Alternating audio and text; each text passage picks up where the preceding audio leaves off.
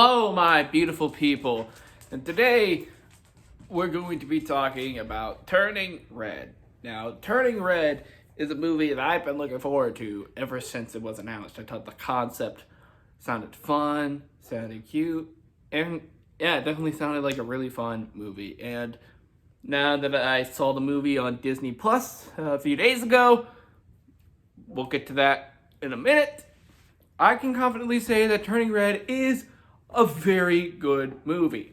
Now, a lot of people, particularly audiences, have not had a very good reaction to this movie for some reason. For some reason, this has become one of the most divisive Pixar films, and I can't really understand why, but I think I figured it out. It's racism, but aside from that, I think Pixar, being Pixar, has an extremely high standards compared to most animation studios.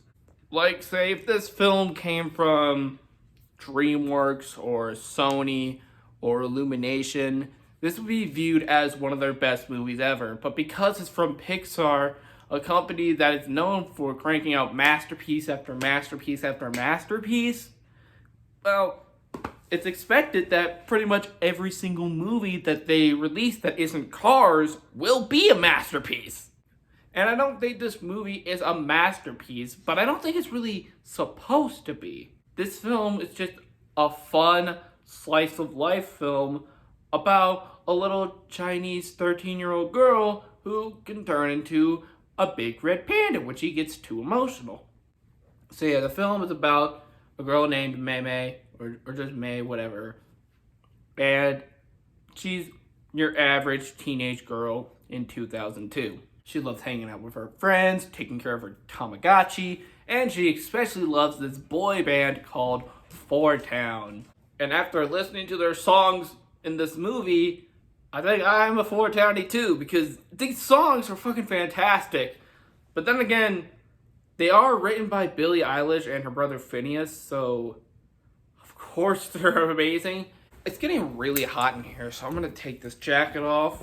But May has a very, very strict mother, and she's very overprotective of her, to the point where it gets comedically insane and crazy. May is just, a normal teenager. She wants to be a normal teenager and hang out with her friends, enjoy boy bands, but her mother is super, super strict about it. And then everything gets worse when puberty happens.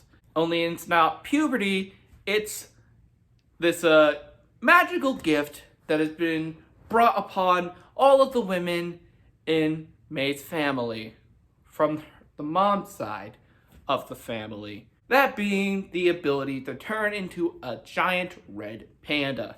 May hates the fact that, she's a big furry beast, and her mom's like, "Don't worry, Meme, it's gonna be okay." But her friends are cool with it, because that's still the same May.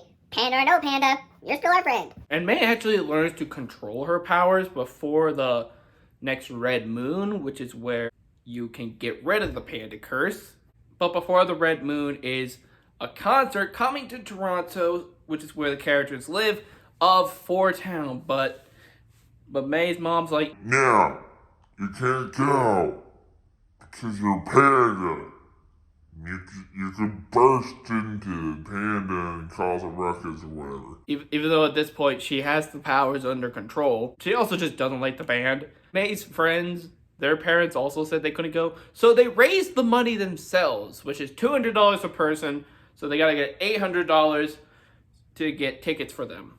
And they ended up doing this by, having photos and meet and greets and events, whatever, with May as this giant red panda, because the kids at school, they actually really like the fact that she can turn into a big red panda. They think it's awesome. Like, eventually, May's mom figures this shit out. She's like, "How could you do this to my May?"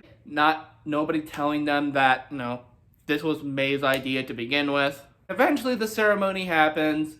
It fails. May's like, "I want to keep my panda. I'm keeping my panda. It's a part of me. I want my panda." Now, this movie, along with Encanto before it, deals with the themes of generational trauma. The reason May's mother is so stick up all the time and expecting her daughter to be absolutely perfect is because her mother was the exact same way towards her.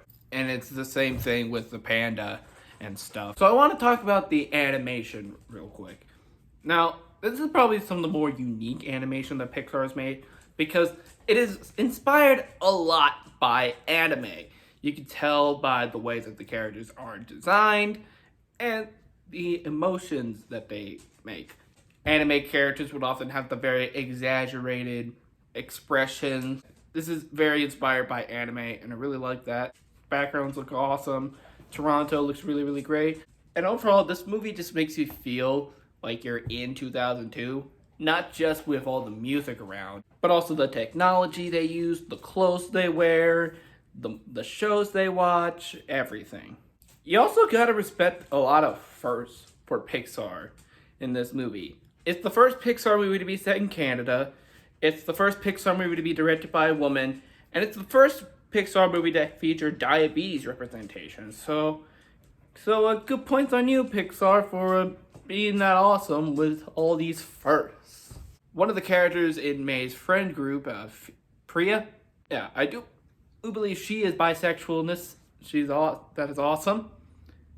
And it's especially awesome because, her friends kind of hook her up with the goth girl. And again, this movie takes place in 2002, where the LGBT community wasn't as accepting. So that's really freaking cool, and that is a really good friend group you got there. So let's address the elephant in the room on how this is the third Pixar movie in a row to be released on Disney+. And not just to be released on Disney+, but to be planned for theaters, but was ultimately cut from theaters and moved straight to Disney+.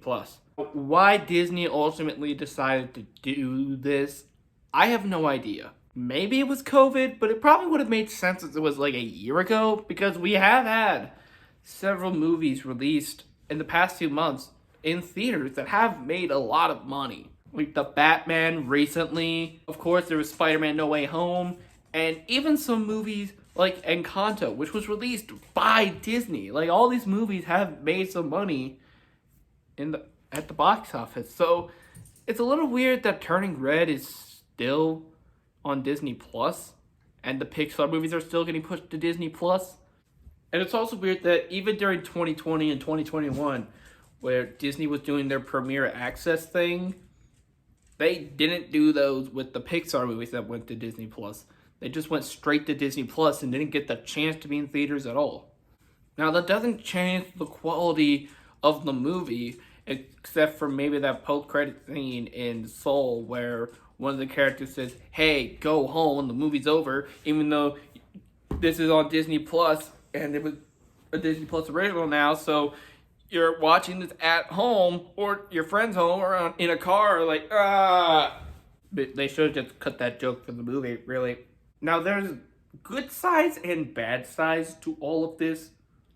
I mean, being on Disney Plus means more people can see it, more people can talk about it, because it takes a lot of effort to get a shower, put some pants on, drive to the movie theaters, spend $20 on tickets and popcorn, and sit there in a theater for an hour and a half to 2 hours, sometimes even longer, to just watch the movie. Where with a movie released on a streaming service like Disney Plus, you can just go to your living room, turn on Disney Plus, and press play, and you can pause and take breaks from the movie whenever you want.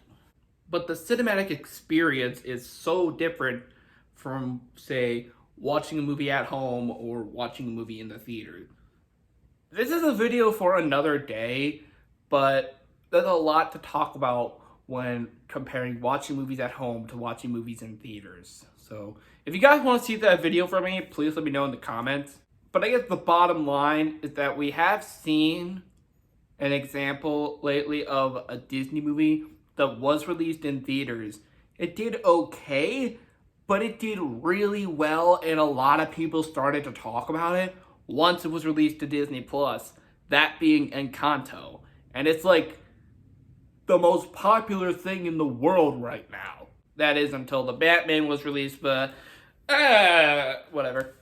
Basically, I just hope that this is the last Pixar movie released straight to Disney Plus, and I hope that Lightyear does get the chance to be released in theaters because, dude, the animation in Lightyear looks amazing. I need to see that on the biggest screen possible. I mean, my TV is already pretty big. Like that's a decently sized TV, but you know, I need a bigger screen. I need a bigger screen for this bitch. I need the biggest possible screen you can find for me.